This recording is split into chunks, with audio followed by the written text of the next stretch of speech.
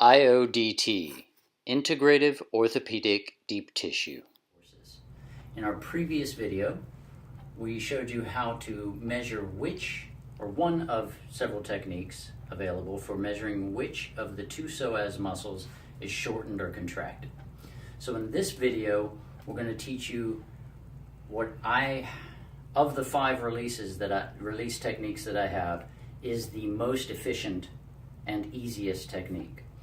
So the first thing that we're going to do is to shift the client's hips a little closer to the edge of the table. Let's say, assuming that the left psoas is the shortened psoas in this case. And then we're going to slide her legs over a little bit and then lower the leg off the table. So this is called a positional release. There are 2 types of positional releases, one in which you shorten the muscle to relax it, and one in which you put it into a position that slightly lengthens it or stretches it, puts a minor or slight stretch on it in order to release a contraction. Okay, so this is obviously the one in which we are putting a slight stretch on the psoas muscle. So what I'm going to do here is have the client take a deep abdominal breath, and as you let go of the hip, let go of the leg. Good. Deep abdominal breath. Try to breathe through the belly and fill up the hip all the way like a big balloon about to burst. Let it collapse and sink. Now you may be able to see there in the video that each time she releases, it sinks a little bit deeper. Deep breath and release. So this is what I've done so far, is more of an assisted stretch. But now I'm just going to leave it, and I'm going to let gravity and her breath continue to do the work. So continue to take deep abdominal breaths. Now, this saves me a tremendous amount of time, because all I have to do now, I can come up here and work on the neck, the shoulders, I can do some cranial work, whatever I need to do while this is taking care of itself.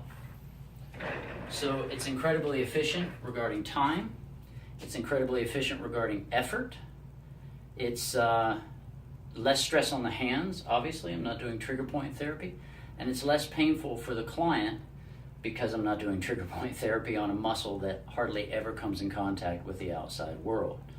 So in this way, it is the most efficient method that I know. Now there are other methods that are just as valid, but sometimes just don't work for that particular client.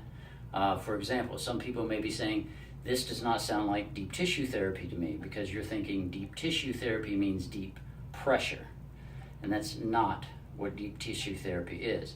Deep tissue therapy means getting to those deeper layers of deeper fibers of the surface muscles, or the muscles underneath those surface muscles, those deeper muscles. So we are doing that when we're working on the psoas. All right, so now how to get them out of this stretch is also very important.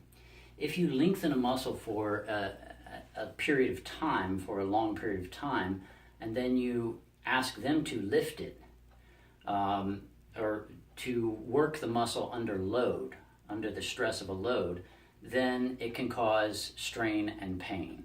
And that's going to undo everything that you just did, because the idea is we're trying to soften and lessen the stress, strain, and pain, okay? So what I'm going to do is I'm going to lift it for her, but I'm going to be very careful to make sure that she's not lifting it. So it's very important that you not lift the leg. Let me lift it for you. As I reach down here to lift it, imagine it's like a stone sinking through water. It's very, very heavy. It has no muscles by which to lift itself. So just let it fall and sink like a stone through water. And as I reach down to pull it up, it's as if the water and gravity are conspiring to pull it down. It's very, very heavy. Let it fall, let it flop, let it droop, let it drop, let it sink. Good. Just let it fall. As I move it onto the table, zero effort from zero muscle. Good. I'm going to put her back where she was. And that's the stretch. So I hope you learned something that you can apply to your practice today. And I hope that you'll join us at the next workshop. Thank you for watching.